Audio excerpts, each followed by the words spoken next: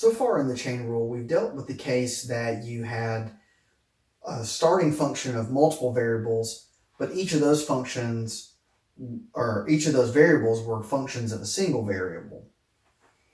In this particular case, we're going to look at the situation where your starting function may have some number of variables, and each of those variables may be functions of another set of variables. In this particular case, we're going to look at two independent variables. So what am I saying? If I have a function of two variables, and each of those are actually functions of two variables, and we have the case that our starting function is differentiable, and that we have guaranteed partial derivatives with respect to each of these, I'm going to call them subvariables. If we have that case, then we can pass through and we can define partials of this function with respect to this variable.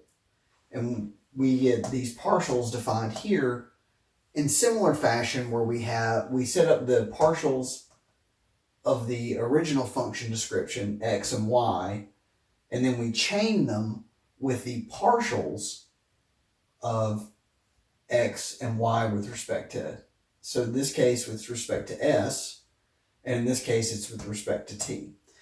I do want to point out there's an important distinction here, because in the previous setup, these were not partial derivatives. They were in fact standard ordinary derivatives.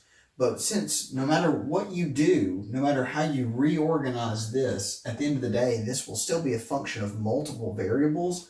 There's no way to avoid that partial notation and sort of the clumsiness that sometimes comes with partials.